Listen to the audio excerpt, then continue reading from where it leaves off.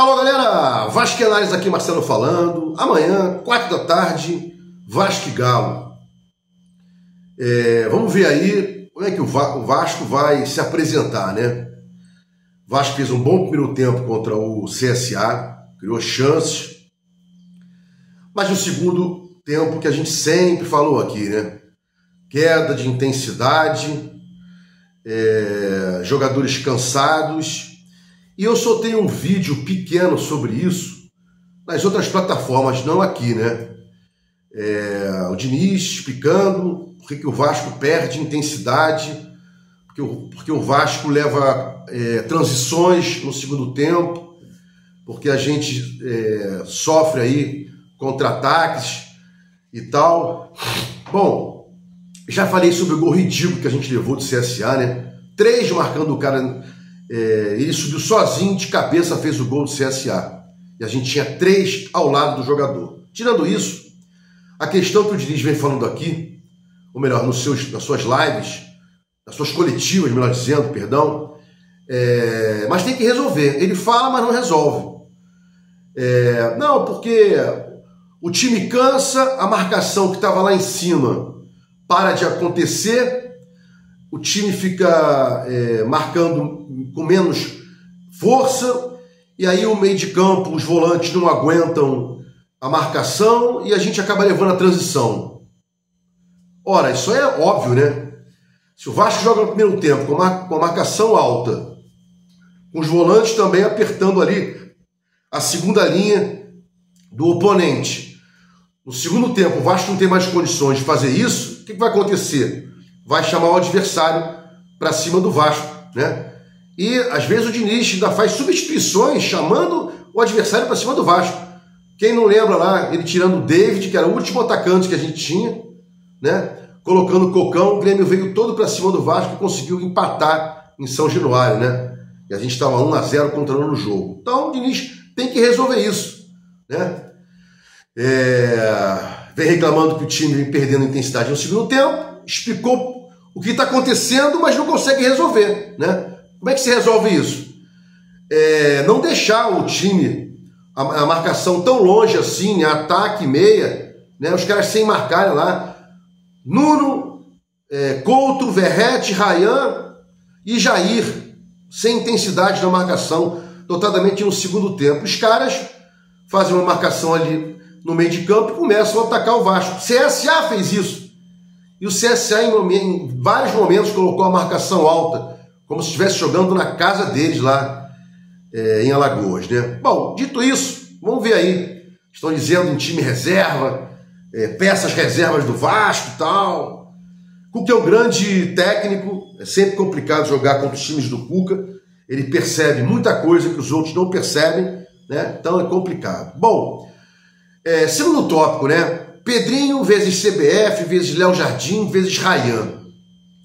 Lá atrás eu falei que o Pedrinho é um pau-mandado da CBF, ele quer continuar como chefe de delegação, não quer fechar a porta para esse emprego, né? Esse empreguinho que ele arrumou lá, né?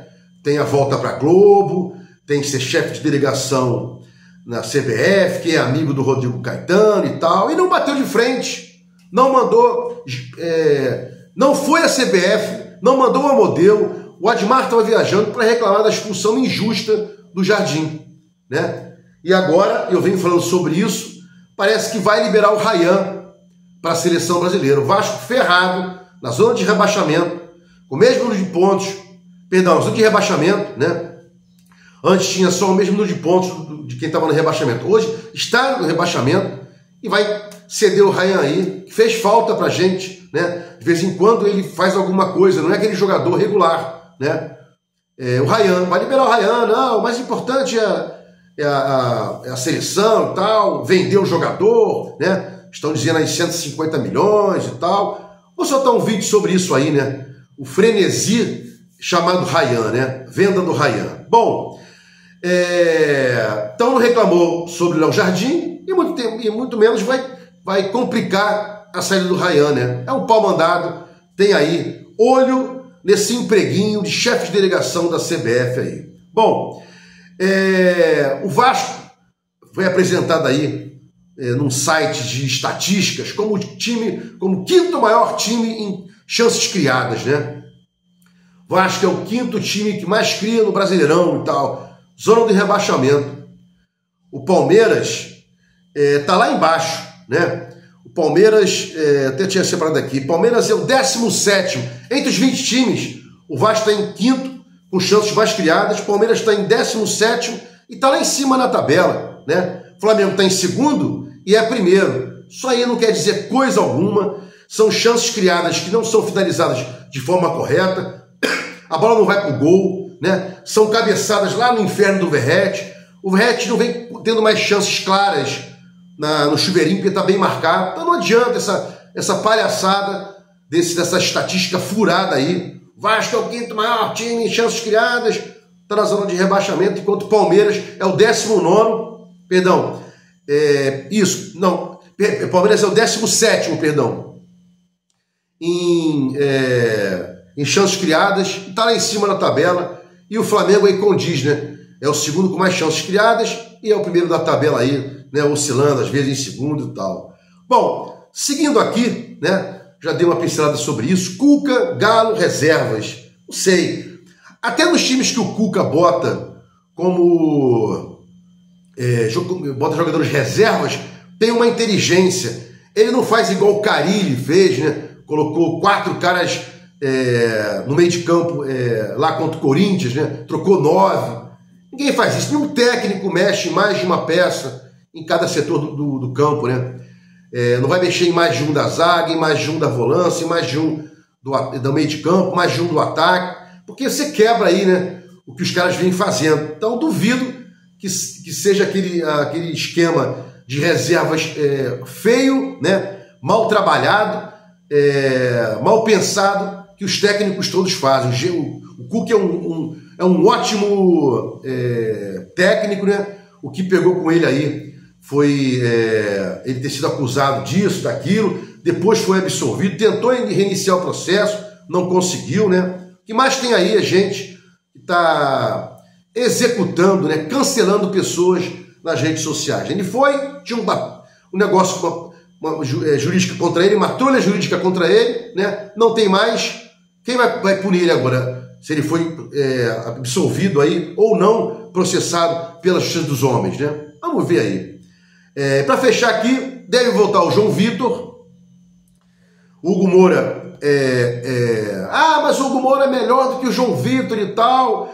O Hugo Moura não tem cacoete de zagueiro, não tem marcação dentro da área, dá espaço dentro da área, não sobe para tirar as bolas de cabeça. O João Vitor, né, nessa função, pasmem, é menos pior do que o Hugo Moura, né? O João Vitor é péssimo, né? Falha demais e tal, mas pelo menos tira algumas bolas de cabeça. O Hugo Moura não sobe, né?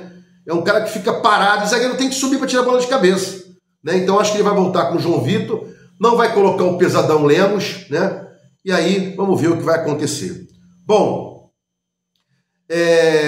então vamos aguardar um bom jogo amanhã, que o Vasco consiga pontuar, né? Para sair da zona de rebaixamento. Vamos ver aí. Vamos continuar vendo se aquele jogo contra o São Paulo foi uma aberração, né, que jogamos bem, ou se é normal a gente não jogar igual a gente joga com o São Paulo. Eu acho que é normal a gente não jogar como a gente jogou com o São Paulo, né? Aquilo ali foi um jogo isolado, que deu tudo certo, né? Variações, inversões, superioridade numérica, né? O Vasco poderia pelo menos fazer algumas coisas que fez aí com o CSA, chutar mais de fora da área, né? Fazer tabela por dentro, como fez aí no primeiro e terceiro gols do Vasco contra o CSA, e vamos torcer para o Piton estar bem, né? Que foi uma peça muito importante para o Vasco, é uma peça importante para o Vasco, e ver se o PH joga um pouco mais, porque não jogou contra o CSA, não sei se foi ordem do Diniz ou se ele agrediu um pouco no ataque, como sempre agride aí, jogando pelo Vasco na lateral direita, né? Se gostou dos comentários, escreve aqui no meu canal Vasco Análise, dá um like para mostrar o YouTube engajamento, sininho para mostrar o YouTube que você quer receber meus vídeos. Quando forem ao ar, Vasco Análise, fiquem com Deus e até o próximo vídeo.